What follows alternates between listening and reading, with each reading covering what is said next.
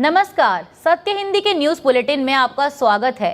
Bulletin की शुरुआत करने से पहले एक नजर डाल लेते हैं हेडलाइंस पर। ईरान के बचे नेतृत्व को एक शॉट में खत्म कर सकते हैं। ईरान में खामेनी के जनाजे में गूंजा किल ट्रम्प। मुश्तबा के शामिल होने पर सस्पेंस। उमर खालिद और शर्जील इमाम की नई जमानत याचिका दिल्ली की कोर्ट ने की खारिज। चंद्रिमा भट्टाचार्य के इस्तीफे के बाद टीएमसी बंगाल प्रदेश अध्यक्ष ममता ने अब खुद संभाला। अंकिता भंडारी हत्याकांड की जांच में देरी पर देहरादून में सीबीआई ऑफिस के बाहर हुआ प्रदर्शन। अमेरिका के राष्ट्रपति डोनाल्ड ट्रंप ने दावा किया है कि अगर वॉशिंगटन चाहे तो ईरान के बचे हुए नेतृत्व को सिर्फ एक शॉट में खत्म कर सकता है, लेकिन बातचीत जारी रखने के लिए ऐसा नहीं किया जाएगा।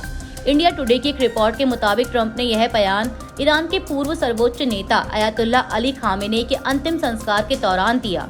खामेनी की मौत 28 फरवरी को अमेरिका इसराइल के हवाई हमलों में हुई थी। उन्होंने यह भी कहा कि उन्हें लोगों का खामेनी के लिए रोना हैरान करने वाला लगा। वहीं ट्रंप के बयान पर ईरान ने कड़ी प्रतिक्रिया देते हुए इसे अपमानजनक बताया है। अली खामेनी के अंतिम संस्कार की शुरुआत से पहले ईरान के एक सैन्य कमांडर ने अमेरिका और इसराइल को ईरान पर किसी भी हमले के खिलाफ चेतावनी दी थी। ईरानी सरकारी मीडिया द्वारा जारी एक बयान में खातम अल अनबिया सेंट्रल हेडक्वार्टर के कमांडर अली अब्दुल्लाही ने कहा था कि हम ईरान के दुश्मनों, खासकर अमेरिका और ज़ायोनी शासन को चेतावनी देते हैं कि वे कोई गलत कदम न उठाएं और हमारे देश के खिलाफ किसी भी खतरे या आक्रामक कदम का करारा जवाब दिया जाएगा। ईरान के पूर्व supreme leader Ayatollah Ali Khamenei की अंतिम विदाई के दौरान तेहरान में लाखों लोगों की भारी भीड़ उमड़ पड़ी। अमेरिका और इसराइल के हवाई हमलों में उनकी मौत के बाद पूरे देश में 6 दिन का राजकीय शोक मनाया जा रहा है। अंतिम दर्शन के लिए खामेनी के पार्थिव शरीर को कांच के ताबूत में रखा गया, जहां लोगों ने नम आंखों से उन्हें श्रद्धांजलि दी। इस दौरान अमेरिका और इसराइल के खिलाफ जमकर नारेबाजी भी हुई। भीड़ ने किल ट्रम्प और प्रतिरोध के नारे लगाकर अपना गुस्सा जाहिर किया। ईरानी अधिकारियों के मुताबिक तेहरान में अगले 3 दिनों के भीतर लगभग 1.5 से 2 करोड़ लोगों के जुटने की उम्मीद है। वहीं नए सुप्रीम लीडर मुश्तबा खामेनी अब तक सार्वजनिक रूप से सामने नहीं आए हैं, जिससे उनकी सुरक्षा और नेतृत्व को लेकर चर्चाएं तेज हैं। इस बीच रेवोल्यूशनरी गार्ड के 2 सदस्यों और अंतिम संस्कार की योजना बनाने में शामिल एक व्यक्ति का हवाला देते हुए कहा गया है कि 56 वर्षीय खामेनी ने अधिकारियों से कहा है कि उन्हें 9 जुलाई को मशहद में इमाम रजा की दरगाह पर होने वाले दफन के कार्यक्रम में शामिल होने दिया जाए, लेकिन IRGC ने सुप्रीम लीडर को सार्वजनिक रूप से सामने नहीं आने को कहा है। तुर्की के राष्ट्रपति रेचेप तैयब अर्दोआन ने इसराइल पर अमेरिका और ईरान के बीच शांति समझौते को कमजोर करने की कोशिश का आरोप लगाया है। पाकिस्तान के प्रधानमंत्री शहबाज शरीफ के साथ संयुक्त प्रेस कॉन्फ्रेंस में अर्दोआन ने कहा कि मध्य पूर्व में स्थायी शांति तभी संभव है जब क्षेत्रीय देशों का पूरा समर्थन और सहयोग मिले। उन्होंने कहा कि इसराइल की मौजूदा सरकार लगातार युद्ध का रास्ता अपना रही है और उसे पूरे क्षेत्र को फिर से हिंसा और तनाव में धकेलने की अनुमति नहीं दी जानी चाहिए। अर्दोआन ने गजा, लेबनान और सीरिया में इस्राएली सैन्य कार्रवाई की भी आलोचना की। वहीं तुर्की के विदेश मंत्री हगान फिदान ने कहा कि तुर्की अपने राष्ट्रीय और क्षेत्रीय हितों की रक्षा के लिए हर कदम उठाएगा। दिल्ली की एक अदालत ने 2020 के दिल्ली दंगा साजिश मामले में आरोपी उमर खालिद और शर्जील इमाम की नई जमानत याचिकाएं खारिज कर दी हैं। अदालत ने कहा कि वह जनवरी 2026 में दिए गए सुप्रीम कोर्ट के आदेश से बंधी है और उसके खिलाफ कोई राहत नहीं दे सकती। कोर्ट ने स्पष्ट किया कि दोनों आरोपी दोबारा जमानत की मांग तभी कर सकते हैं जब सभी संरक्षित गवाहों की गवाही पूरी हो जाए या सुप्रीम कोर्ट के आदेश के 1 साल पूरे हो जाएं, जो भी पहले हो।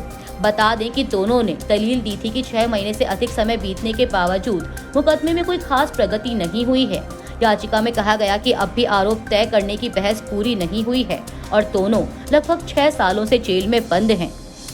पश्चिम बंगाल में टीएमसी के अंदर जारी सियासी संकट के बीच ममता बनर्जी ने बड़ा फैसला लिया है। उन्होंने घोषणा की है कि अब वे अखिल भारतीय तृणमूल कांग्रेस की चेयरपर्सन के साथ साथ पश्चिम बंगाल टीएमसी की प्रदेश अध्यक्ष की जिम्मेदारी भी खुद संभालेंगी। इससे पहले वरिष्ठ नेता चंद्रिमा भट्टाचार्य ने प्रदेश अध्यक्ष समेत पार्टी के सभी पदों से इस्तीफा दे दिया था। उन्होंने कहा कि पार्टी नेतृत्व का उन पर भरोसा कम हो गया था, इसीलिए उन्होंने यह फैसला लिया। वहीं ममता बनर्जी ने बागी नेताओं पर निशाना साधते हुए कहा कि पार्टी तोड़ने की बजाय वे बीजेपी में शामिल क्यों नहीं हो जाते। ममता ने कहा कि उन्होंने मुझे कुछ दिन पहले बताया था कि वह इस्तीफा दे देंगी। उससे पहले उनके बेटे ने बागी विधायकों से हाथ मिला लिया था। मुझे कोई परवाह नहीं है। विधानसभा चुनावों को अभी सिर्फ 2 महीने हुए हैं। आपके पास इतना कम धैर्य है।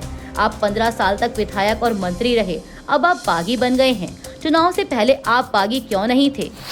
पश्चिम बंगाल में टीएमसी के अंदर बढ़ते सियासी संकट के बीच ममता बनर्जी ने बागी नेताओं पर तीखा हमला बोला है। फेसबुक पर लाइव के जरिए उन्होंने आरोप लगाया कि बागी नेता बीजेपी के साथ मिलकर पार्टी तोड़ने की साजिश कर रहे हैं। ममता ने उन्हें खुलकर बीजेपी में शामिल होने की चुनौती देते हुए कहा कि टीएमसी को कमजोर नहीं किया जा सकता। उन्होंने ऐलान किया कि फिलहाल वे खुद पार्टी की प्रदेश अध्यक्ष की जिम्मेदारी भी संभालेंगी और संगठन में कुछ नए बदलाव किए जाएंगे। ममता ने यह भी कहा कि कुछ नेता पार्टी छोड़ सकते हैं, लेकिन टीएमसी एक मजबूत संस्था है और उसके कार्यकर्ता ही उसकी सबसे बड़ी ताकत हैं। साथ ही उन्होंने साफ किया कि प्रशासनिक अड़चनों के बावजूद 21 जुलाई की शहीद दिवस रैली हर हाल में आयोजित की जाएगी।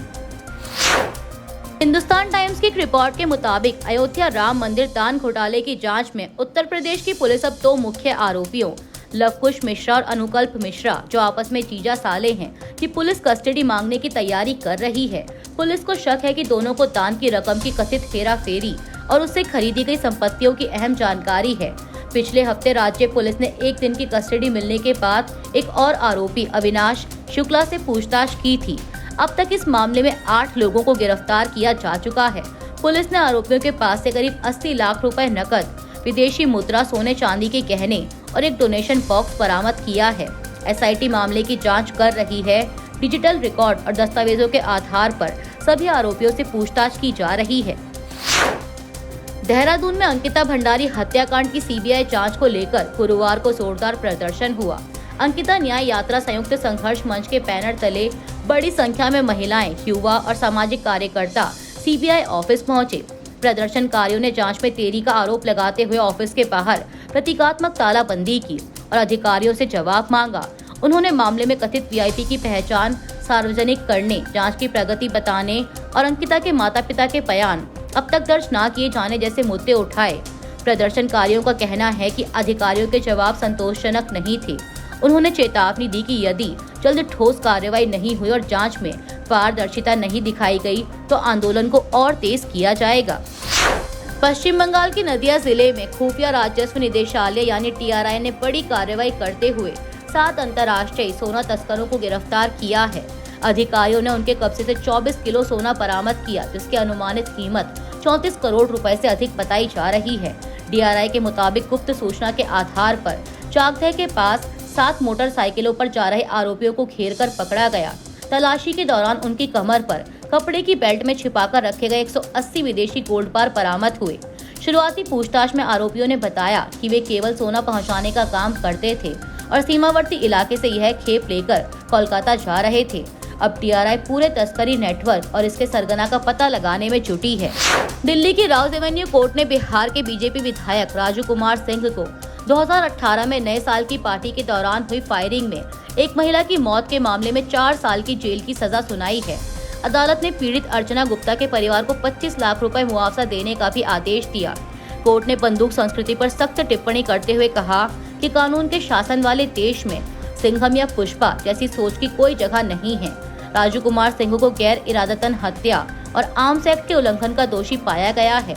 4 साल की सजा मिलने के बाद उनकी विधानसभा सदस्यता पर भी खतरा मंडरा सकता है, क्योंकि 2 साल या उससे अधिक की सजा पर जनप्रतिनिधि अयोग्य घोषित हो सकते हैं।